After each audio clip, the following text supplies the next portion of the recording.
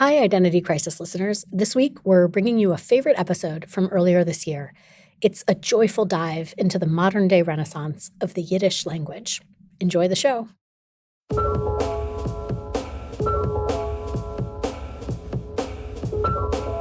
Hi, everyone. Welcome to Identity Crisis, a show from the Shalom Hartman Institute creating better conversations about the essential issues facing Jewish life. I'm Yehuda Kurtzer. We're recording on Thursday, January 15th, 2026. I want you to listen to this short piece of dialogue from the 2003 Christopher Guest film, A Mighty Wind, a mockumentary comedy film about a folk music reunion concert in which three folk bands reunite for a television performance. The film is about a concert being staged in memory of legendary folk music producer Irving Steinblum. In this scene, his son Jonathan, played by Bob Balaban, goes to pitch the concert idea to Lars Olfen, played by Ed Begley Jr. Here is how the Goyishly encoded Olfen speaks to the very Jewishly encoded Jonathan Steinblum. The nachas that I'm feeling right now, because your dad was like mishbucha to me. When I heard I got these tickets to the Folksmen, I let out a geschrei, and I'm running with my friend, running around like a wilde chaya, right into the theater, in the front row. So we've got the shpilkas, because we're sitting right there, and it's a mitzvah, what your dad did, and I want to try to give that back to you. A kinahor, I say, and God bless him.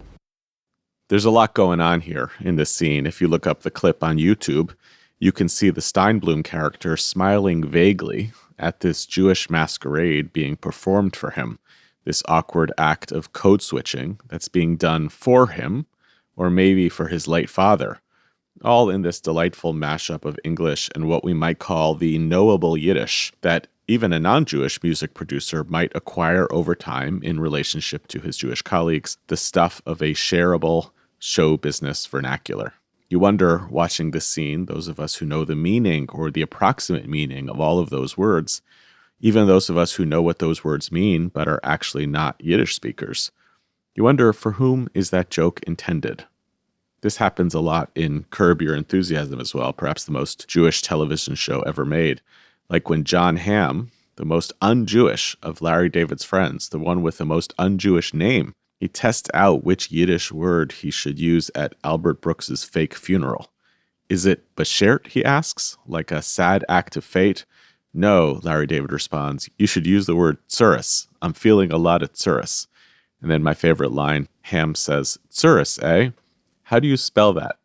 And again, you wonder, who really gets that joke? It's a Jewish joke, which both Jews and non-Jews are supposed to get, but none of them these days really understand Yiddish beyond these few words, probably not the comedy writers either. The Yiddish words, amazingly, both separate the Jews and the non-Jews in these scenes, insiders and outsiders to the discourse, but it also kind of unifies them, that they share these little bits of language that are now part of the American English lexicon. So Yiddish, and I say this somewhat sheepishly, as I feel like I should know Yiddish. I want to know Yiddish, but I don't. It has an immense amount of richness in both substance and metaphor for the modern Jewish experience. Over a decade ago, I read a mind-blowing book called Adventures in Yiddishland by Jeffrey Chandler, a professor at Rutgers. He argued that Yiddish was, for most Jews today, a post-vernacular language. It was reclaimed and rehabilitated in the second half of the 20th century, largely by people who had not grown up with it as their vernacular spoken language. To speak Yiddish and to partake in Yiddish culture, therefore, was to dance between engaging in a kind of act of memory retrieval, but also in an act of creating something entirely new. I remember growing up in the 80s, hearing about the fears that Yiddish was or would be a dying language, with most of its native speakers killed by the Nazis, those that had survived now living and speaking in English in America or in Hebrew in Israel. It has not been a dying language for decades now. Nobody who studies dead languages or dying languages would include Yiddish.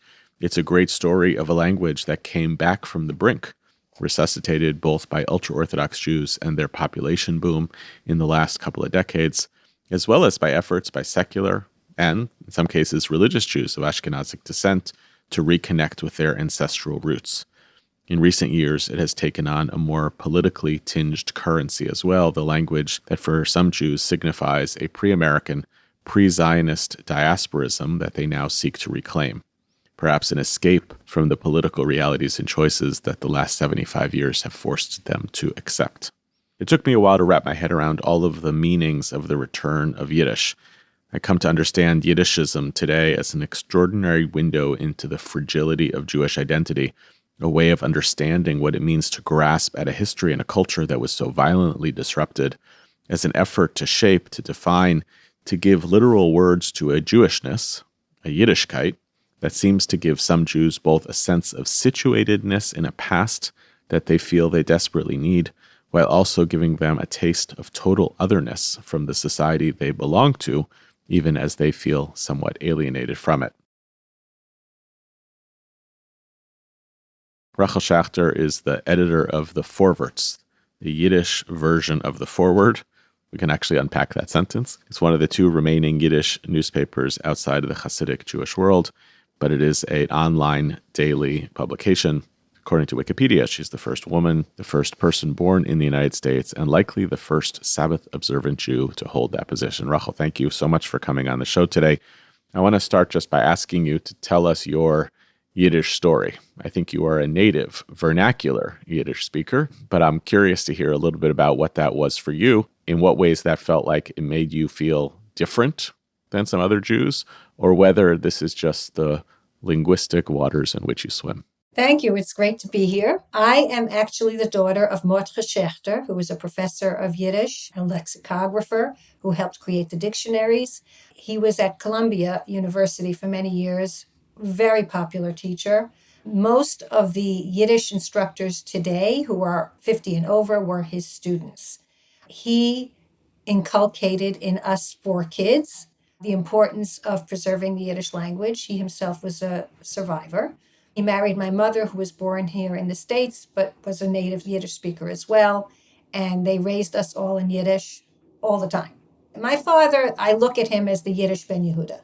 He was, he helped us see Yiddish as a growing language, as something that we need to constantly add words to. In fact, as a young girl, I contributed 3 words that ended up in the dictionary. Oh, really? What were they? Marshmallow. He said, we don't have a word for marshmallow. We have to come up with a word for marshmallow. And I said, how about Schnee Kishele, which means a little snow pillow. And he liked it, so he put it in. The other one was we needed a word for flip-flops. In those days, we called it thongs. So I said, how about fingershich? And then my father said, we need a word for poison ivy. So I said, how about samblettlach? Sam is poison, blettlach are leaves. So that went in. And I was only like 9 or 10 at the time. It was great to be the daughter of a dictionary creator. He also, many years later, right before his death, he had already almost completed what he called the Yiddish dictionary for the 21st century. After he passed away, my sister, Rukhl Schaechter Vishwanath, and a linguist, a student of my father's, Paul Glaser, finished it. And it came out, a couple of years ago, and it's now online. So you could just pay $36 a year, and you could just keep looking up words every day. He really did so much for making sure that people not see Yiddish as a language that's just something to read, like academic. He wanted it to be a living language. And so when we sat at the dinner table, if we started speaking English, we had to put a penny in a pot. So there were a lot of pennies in that pot. Yeah, it's so interesting that you use the analogy to Eliezer ben Yehuda, who is both the kind of rehabilitator in some ways of Hebrew. It's kind of a political decision whether you call him a rehabilitator or an inventor of ultimately a modern language. So by analogy, when you use that phrase with respect to your father and the work that he did, it's not the same as just growing up speaking Yiddish and continuing to speak Yiddish. It also suggests that this is a project of cultural invention or cultural renewal. So I'm curious how you think about that dynamic in this kind of work. To what extent is speaking Yiddish just doing something normal that Jews have done for a really, really long time? To what extent is the work of trying to promote and produce Yiddish also about a project of kind of invention of something? I'm curious how you think about that dynamic. My father and Yiva, which is where he worked as well. Yiva is the Institute for Jewish Research. It has the archives and Yiddish classes, and its focus is on Eastern European Jewish life. So they came up with standards of spelling and standards of the dictionaries, So it was very important that Yiddish be able to be used for modern concepts. On the one hand, we want to preserve the Lashon Kodesh words that we had in the shtetl, Lashon Kodesh, the Hebrew and Aramaic derived words, and words like chasanahom, to get married. There were many Jews who started to speak a Germanized form of Yiddish. It was the journalists at that time and the writers wanted to show how sophisticated they were, so they would throw a lot of German words in. So Jews, instead of saying Sie hat chasene gehat, she got married, they would say Sie hat verheiratet. And it's not Yiddish. So one of the jobs that Yiva saw for itself, and as a result my father, was to get rid of those. It's called Deutschmirisch. Deutsch means German. Deutschmirisch is somewhat German because it was Yiddishized German. So to get those German words out and bring back the authentic Yiddish words like chasanahom. There are many more examples of this. I'm just using this as an example. But the other problem we have is, yes, we can talk about blintzes and pirogen because we had that in the shtetl, those are blintzes and pierogis. But when you want to talk about, space technology or sex, we need to have new words. So my father felt very strongly that any word that we have in English or in French or in German, we need to have something like that in Yiddish. And what he and others tried to do, especially when creating the dictionaries, is make it sound as authentically Yiddish as possible. It's a tall order. You want to get the concept across. You don't want to use German. As much as we could, we used international words like televizia is obvious television. It's an old television. In all these languages you have that. We don't have to make up a new one. Ben Eliezer went a little too far. Like he was making up words that really wasn't necessary because everybody else was using the international words. So in Yiddish, we do that as well. We just use the words that everybody else is using, the root. And then televizia, instead of television, because is a Yiddish kind of suffix. Yeah. But yes, it is very important to create new terminology for concepts if we want to speak in Yiddish, and that was the goal. It was not just to read Yiddish, but also to speak it to your children, to your spouse, to your best friend. Sure. I assume that when this kind of work happens, actually, it still happens in every language on planet Earth. You're always going to have new need for language to express new realities and new things. Yiddish is not alone in this respect. I imagine that there's two planes at which this takes place. It takes place for Yiddish in places like Evo or with dictionary authors and writers, which is kind of the intellectual version of constructing language. But it also takes place in Williamsburg and in Bnei Brak. It takes place in communities where Yiddish is the daily vernacular. I assume that there's also a kind of creation of language or a modification of language that's taking place there, which isn't top down. It's not driven by a kind of bureaucratic hierarchy. How does the continued work of the shaping of Yiddish as a modern language for the 21st century interact with the kind of organic language production that might be taking place in those communities? Okay, first of all, a correction. Unfortunately, Bnei Brak is all in Hebrew now. Oh, is that right? Wow. Yeah. Even the Mir Yeshiva, they had the shir in Yiddish, are now in Hebrew. So Bnei Brak is not as good an example as Mea Shearim. Yeah. You walk through Mea Shearim and you'll see everybody speaking Yiddish. Williamsburg, Kiryas Yoel, there are still, places where they speak Yiddish all the time. But I don't see that much language invention among them. They just take English words and give it a Yiddish accent. Got it. So, ich habe sie gewogt to the store. Sie gewogt, I went to. It's a very Yiddish kind of verb. Sie woken, to walk to, but the to goes before the walk. So you don't have that in English. An English speaker won't understand what they're saying, but they're using the word walk. It should say, ich bin sie gegangen, I went over zum Geschäft, to the store. Instead, they're saying, ich habe sie gewogt to the store. So I would like to see them go back to the way their parents and grandparents spoke. But, that's not cool for them. They want to be cool, and they like throwing in the English words. It's easier. Some of them actually have begun using dictionaries, even the dictionaries outside of the Hasidic world. And I could tell because when I see a poster somewhere in Yiddish in, Columbia Presbyterian Hospital. They have signs that are in several languages. One of them is Yiddish. And if you're there, you'll see there are many Hasidim who go there. Sure. And the Yiddish is quite good. This is not the Yiddish that I hear on the streets of Williamsburg. So that person is using a dictionary, possibly even my father's. So I find that fascinating that they realize a need. They want the person who's reading the poster, this is important news about the hospital. They want them to be able to understand. And so that is interesting to me that they are using dictionaries now. Yeah, I suspect it's not just that they want to be cool, but it's also that they are assimilated, right? Yes, I would say. Yeah, I mean, Yiddish itself is in some ways an assimilation language, right? It's not a completely detached language from the languages through which it was created, right? So it's always dancing. Yeah, I would say acculturated rather than assimilated, because assimilated has the concept that you're running away from your Jewish identity, and that's not true. But they are, of course, affected by everything in their surroundings. All languages are. One thing I've observed, which I find very interesting, I've seen it in Williamsburg. I've seen it with Israeli taxi drivers at an older age who know Yiddish. The men are so eager to speak Yiddish to me. The women are not. They are almost indignant. What, you think I don't know English well enough? That's what it says to me. They are across the board. I speak Yiddish to them, they answer in English. I answer in Yiddish, they answer in English. Whereas the men, when I speak to them in Yiddish, they say, "Oh, wie kennt ihr das ein guten Yiddish? How do you know such a good Yiddish?" And it's very interesting. The women do want to assimilate. They want to be Americans. That's how I understand it. Or Israelis. They want to be modern.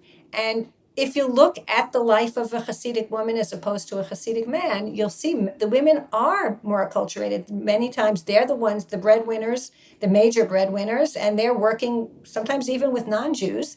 So they are very much in that world.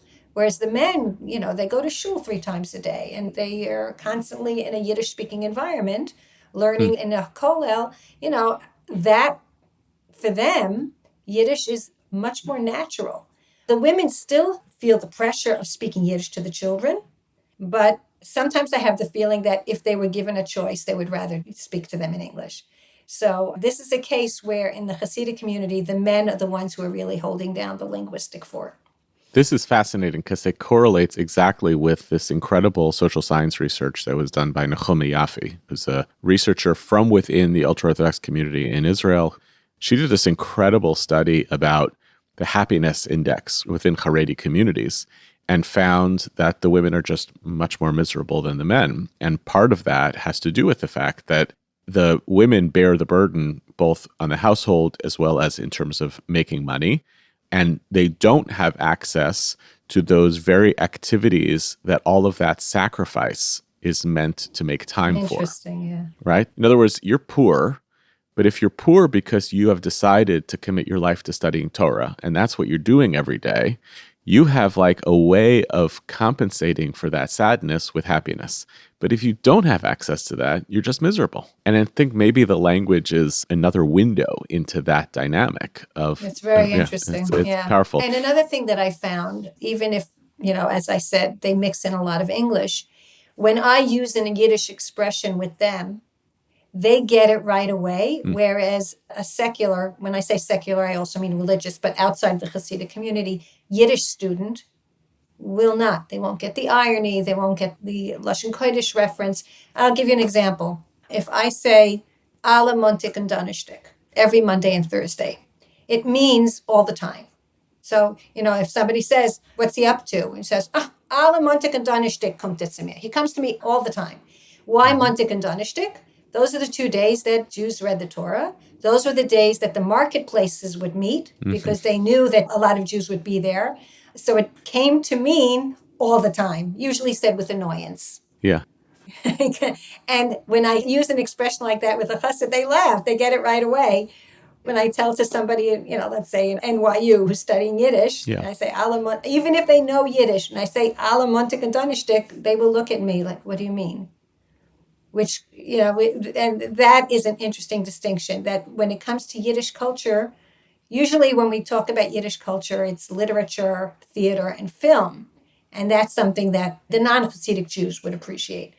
But the Hasidic Jews get a different kind of culture, which is the subtlety of the Yiddish language, the humor, the irony of the Yiddish language, which the American students don't get because American humor is very different than Jewish humor. Yeah. I want to come back to that secular and religious encoding in a minute, but I first want to just ask you about the Forverts itself. And I'm curious about who reads it and why. And one thing I noticed when I was doing research for the episode is that when I pull it up on my browser, it's captioned in English. And I found that fascinating, right? As essentially a, quote, foreign language publication, you're also signaling to non-readers of Yiddish, this is what's actually taking place here. And I was like, is this a newspaper or is this a teaching tool? Very good question. So the Forverts was created in 1897 as a Yiddish newspaper for the immigrants, a way of acquainting them with American culture, with American society, with the trade unions, how they can fight for their rights. It was all in Yiddish. But as the years went on and the children of those immigrants spoke less Yiddish and had no need for a Yiddish newspaper because they could read the news in English, the Forverts started to transform itself and start thinking, how could we help those people who have moved away from Yiddish, make them feel like Yiddish is something that's worth preserving? And it came to its culmination, ironically, during COVID. Before COVID, the Worker Circle and YIVA were thrilled if they could get 50 students a year in their Yiddish classes. Once COVID happened, it jumped up. They now have 1,000 students a year, at least. Why? Because while people were stuck in their homes, many people started picking up a new language. They had nothing else to do. They couldn't go to work. They couldn't see their friends. And so people were studying Latin and French, but there were also many Jews and even non-Jews who said, Yiddish is something I always wanted to learn. So when Duolingo took Yiddish in as its 39th language, what happened was within 2 weeks, 250,000 people had signed up. Since then, it has gone down, but it's still remarkable. That is remarkable. And the numbers in the Yiddish classes around the world are now extremely high. And I think that shows that there are many people out there who don't know Yiddish, but want to know it. So when the previous editor-in-chief of the Yiddish Forward, Boris Sandler, was here, he saw right away that we needed to use video. Because with video, Yiddish videos, with English subtitles, you could reach so many more people. And that's what probably you're talking about when you say the English captions. So we started a cooking show. I have a cooking show with Eve Joknowitz, who is a scholar of Yiddish cooking and a gourmet chef. We film it in my kitchen, and we've done, I think, about 45 episodes already. And there, you'll see everything's in Yiddish, the entire process, letting people know how to say all these ingredients in Yiddish, how to say chopping and slicing and frying. Mm-hmm. So it's a great Yiddish lesson. But for those people who just want to know what's going on, we have the English subtitles. And it was also during COVID when one of my colleagues said, we need to do something for the people who are depressed at home, can't see their grandchildren, can't go to work. What can we do for them? And then somebody said, Rukhl, why don't you start a Yiddish word of the day? And I said, I can't. My videographers can't come into my house. Yeah. So one of them said, Rukhl, all you have to do is go to photo booth and press the button. It was like a world opened up for me. So, Yiddish word of the day has become so popular. And it's precisely because each day it's a different topic and it's a 2-3 minute mini lesson. It's just the right amount for many people who don't feel like taking a whole course. And it's also for people who do remember Yiddish from their childhood. And this is a refresher for them. And they say, oh, I haven't heard that expression in years. So we are continuing to do that.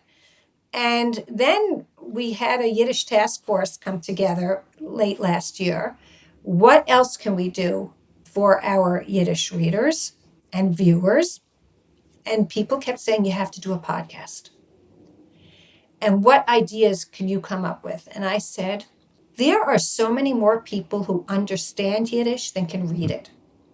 Or they knew the Aleph Beis when they were kids, but they haven't picked up a Yiddish newspaper in years. So why don't we do a podcast where I read Yiddish articles aloud slowly, and let's see what happens. Maybe there is a group out there of people who really want to read the Yiddish articles, but they're not going to bother. It's too hard. And so we started it this Sunday, and we already had 800 listeners. And I got some wonderful emails and posts, people who were posting on Facebook. Wow, this is just what I needed. I really love hearing the Yiddish. We had somebody in Amsterdam. He said, I'm not Jewish, but I listened to this and I understood some of it. So then I listened a second and third time and I began to really pick it up. Keep doing it. But nobody's coming to the Forverts to get their news about what's happening in Iran. So that's right. We used to do that. When I first came in 1998, we did have a news section in Yiddish. And it was, world news. What's happening in Israel, what's happening in Russia. Yeah. We stopped that. Although now students of Yiddish are saying they would like to have that. They would like to see. Yeah, it'd be helpful to them. Yeah, how to say these things in Yiddish. And so I'm thinking of actually bringing that back. What do you think accounts for that 250,000 students signing up for Duolingo? What are the forces at work that are driving folks into those audiences? I have my own theories, but I'm curious how you've mapped that out in terms of your own thinking. Okay, so there are a number of groups we're talking about. One is children of Holocaust survivors. Their parents, for the most part, were fluent Yiddish speakers. They probably spoke to each other. The spouses spoke to each other. Maybe they even spoke to the kids, but the kids answered in English. They wanted to be Americans, and they spent their whole life striving to be good Americans. And now, as they're in their 70s, and they're looking back, and their parents are gone, the grandparents are gone, and this is a common phenomenon when people age, they start to look at their childhood very sentimentally and nostalgically. And so they have very warm feelings for Yiddish. So there is a site called Another Yiddish Word of the Day, but it's a very different vibe. It has like 145,000 members. And I can tell from the comments that most of them are older. I can see their faces. And they talk about, guess what this means? And they will write a shmata. What's a shmata? And then like 50 people will answer. Nobody's looking at other people have already answered the question. But it's very interesting to me that these are older Jews who heard Yiddish as children. Some actually knew it fluently but lost it, and others still understand. So that's one group.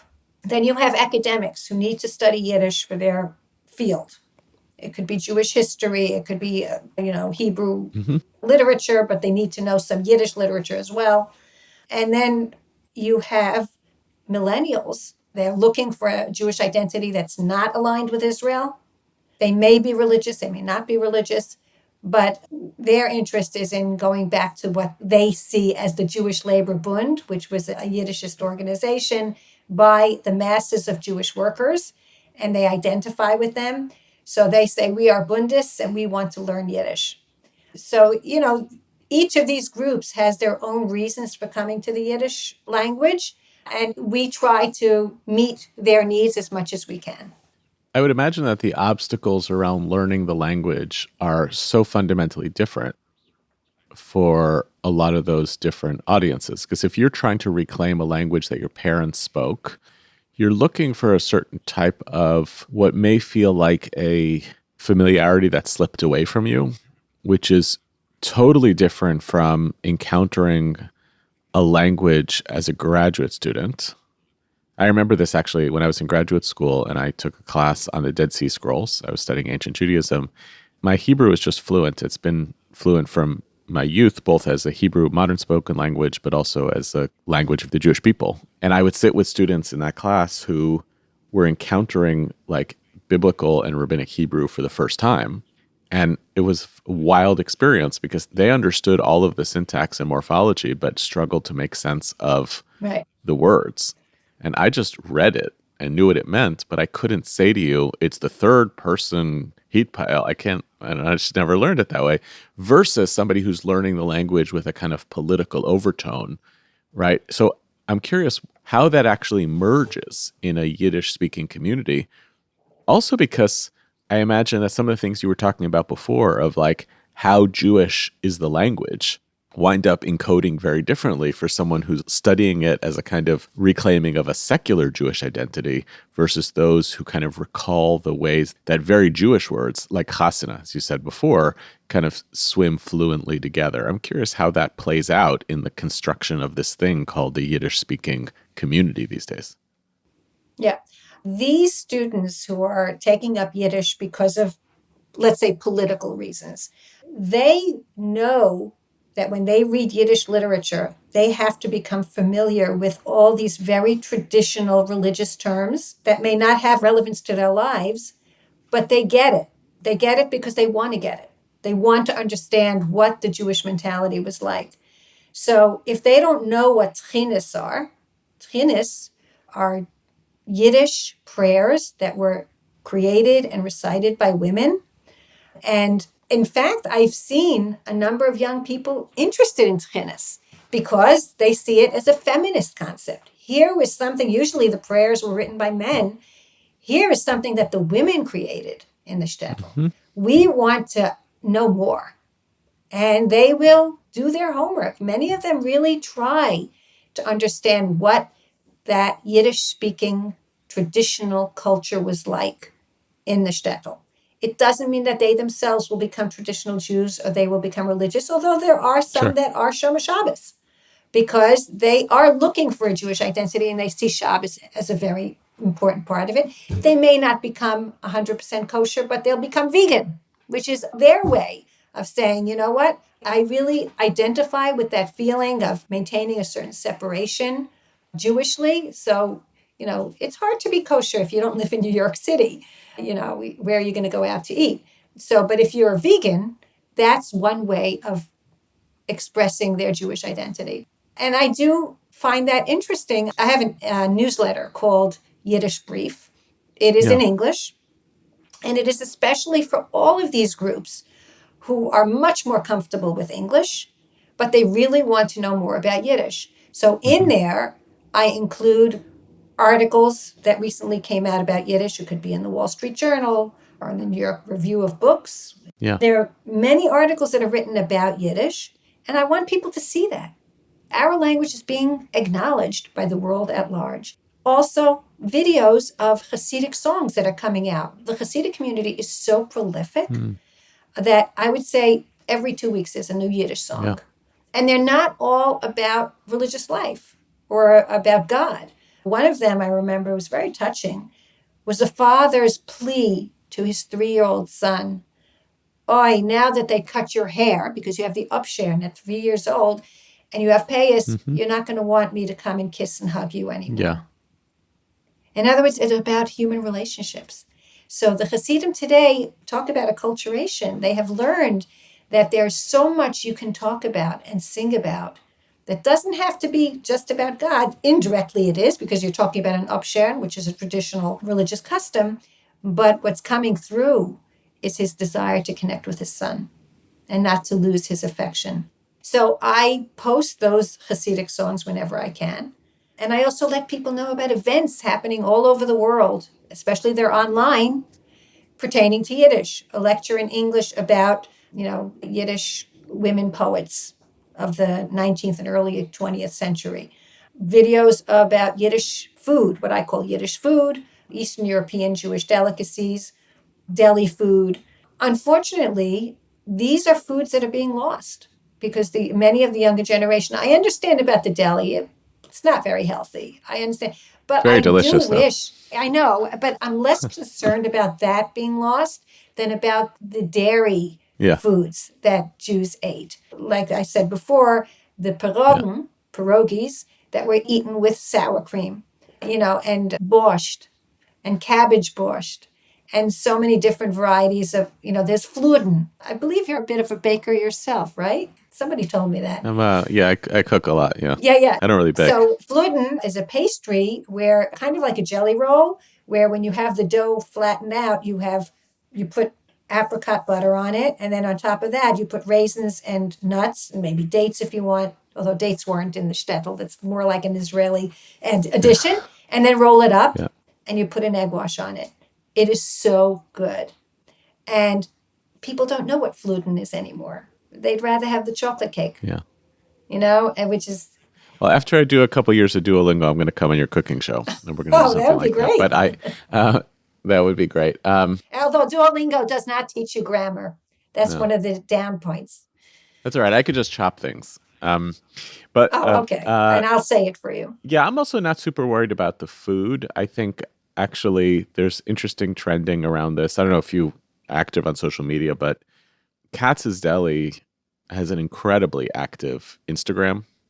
And they have lines around the block now from tourists who come to New York to eat at Katz's Deli. So there are ways that food cultures will persist. It's just how food kind of operates. It reinvents itself in those ways. And it won't look ultimately won't look exactly like what the Jewish deli meant at one time or another. But the Jewish deli itself has been like a place of the migration in of food trends around a kind of shared cuisine. It's not that fixed. Yeah. I'm curious, though, about the Jewish peoplehood thing, which is what it means for you. You don't have to speak personally, but even just as a scholar of this, what it means for you that there are Jews who are searching for Yiddish as a means of effectively demarcating themselves as other from other Jews, as a kind of repudiation of Hebrew, as a repudiation of the state of Israel. You know, on one hand, acquiring Yiddish connects you to the Jewish people in one way. It has the potential to connect people to ultra-Orthodox Jews in super interesting ways. I don't know if that's actually happening. On the other hand, there's something feels very tragic about, I don't like these Jews. I'm going to get this Judaism in order to be able to replace it. What are your thoughts on that? I wrote an article a year after October 7th about the split in the Yiddishist community between those Jews who are, let's say, children of survivors, religious Jews, who see Israel as the place that saved the Jewish people after the Holocaust. Finally, we have a home that we can run to. As opposed to that is a growing number of young people who are interested in Yiddish, again, as an identification with the Jewish Labor Bund. And they are anti-Zionist because they feel that this Holocaust, what happened to the Jews in the Holocaust, should now be transferred to all sorts of minorities who may be in danger of a genocide. And so they say, we identify with those groups. The Jews don't need our help anymore. The Jews are fine. They have their own army. And in fact, that army is very militaristic and is very cruel and all these things that they put into it. But that's what creates a problem within the Yiddishist community. We want to work together, but it's such a sensitive topic that what I try to do in the foreword is to make sure that we avoid politics. Not that I tell writers what to write, and I have had writers submit poetry that is anti-Zionist, very clearly anti-Zionist, and I've also had people send in poetry that was very firmly pro-Israel. So that I will take, but as the mood of the foreword, I wanted to stick to Yiddish culture. That's something that we can all appreciate, and whatever we do with it is their business. But I want to make sure it's a neutral territory so that we can share. I really enjoyed our conversation. I guess I'll ask you one last question, which is, so much of this, as I said in my introduction, is been a surprise, right? Where what has happened in this field, in this sector, in this language over 40 and 50 years is something that really, again, I don't know if it could have been predicted. There was, I don't know, you remember this, I'm sure, the real fears of the disappearance of this language. Oh, yeah. And to see this kind of cultural renaissance, it goes back to what you said about the Hasidic singer. Whenever I hear somebody say, there's no new Jewish culture being produced, my first question is always, well, what languages do you speak, right? Because there is a tremendous amount, both in Yiddish, in Hebrew, that is being produced all the time. What do you think will surprise us in the next 20 years coming out of the Yiddish world? What else should we watch for as cultural trends, as linguistic trends? What do you think we should be attuned to as we continue to think about this framework of the reclamation of Jewish language as one of the Jewish projects of the 21st century? Well, one of the things I've noticed is Yiddish films coming out, not just in the Hasidic community, although you have them too, that there are a couple of horror films that came out in Yiddish in the last couple of years. I am not into horror. I have enough of my own source. Yeah. I don't want to have nightmares. Yeah. But There are many Jews who do enjoy that, and the fact that it was made in Yiddish was very interesting to me. The fact that a movie like Shtetl was made.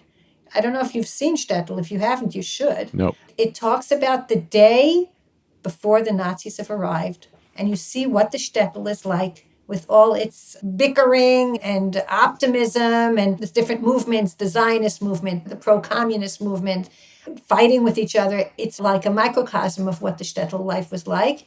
And then the next day, the Nazis come. And we know it was all obliterated. The word shtetl is missing the E. It's S-H-T-T-L, because what we're missing now.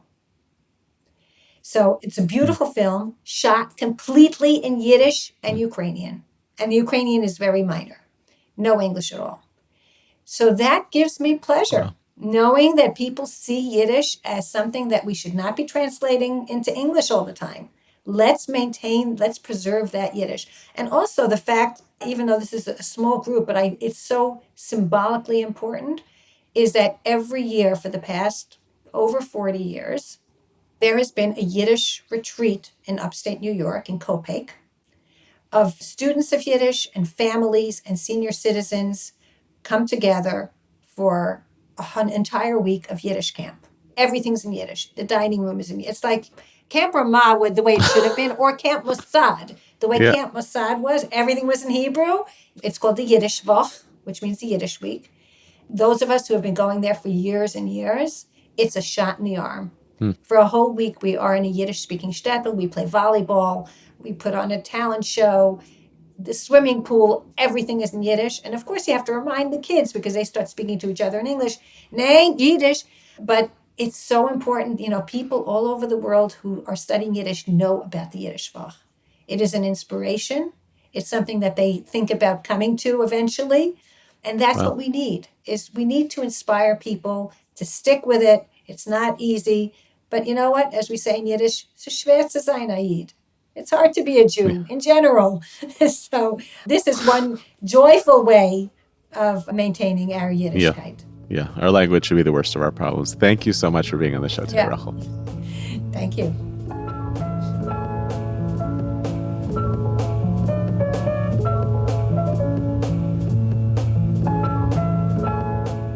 Here are some other things that are happening at the Shalom Hartman Institute.